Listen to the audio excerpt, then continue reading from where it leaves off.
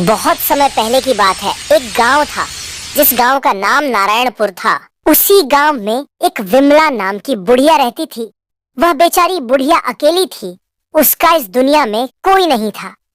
उसके पति मोहनलाल की एक्सीडेंट में मौत हो जाने के कारण घर की सारी जिम्मेदारियां अब उसी पर आ गई थीं। विमला घर में अकेली रहती थी, जिससे उसे कुछ भी अच्छा नहीं लगता है।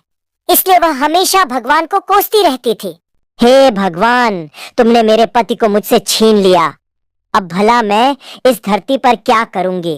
मुझे भी अपने पास क्यों नहीं उठा लेता? विमला की स्थिति इतनी खराब आ गई थी कि उसे भीख मांगकर खाना पड़ता था।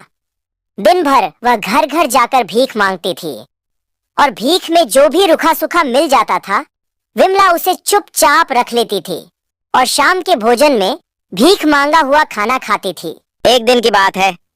विमला दूसरे गांव से भीख मांगकर जंगल के रास्ते अपने घर लौट रही थी। बुढ़िया को भीख मांगते मांगते रात हो गई थी, इसलिए वह जंगल के रास्ते से आने में बहुत ज्यादा डर रही थी कि कहीं उसे कोई जंगली जानवर मारकर खा ना जाए। इधर जंगल में बाघ भी घूम रहा था। वह 3 दिन से भूखा था। 3 दिन से उसने कुछ भी नहीं खाया था। तभी बाघ की नजर बेचारी बुढ़िया पर पड़ती है। बुढ़िया भी बाघ को देखकर डर जाती और बाघ से कहती, मुझे छोड़ दो, मुझे जाने दो, मैंने तुम्हारा क्या बिगाड़ा है।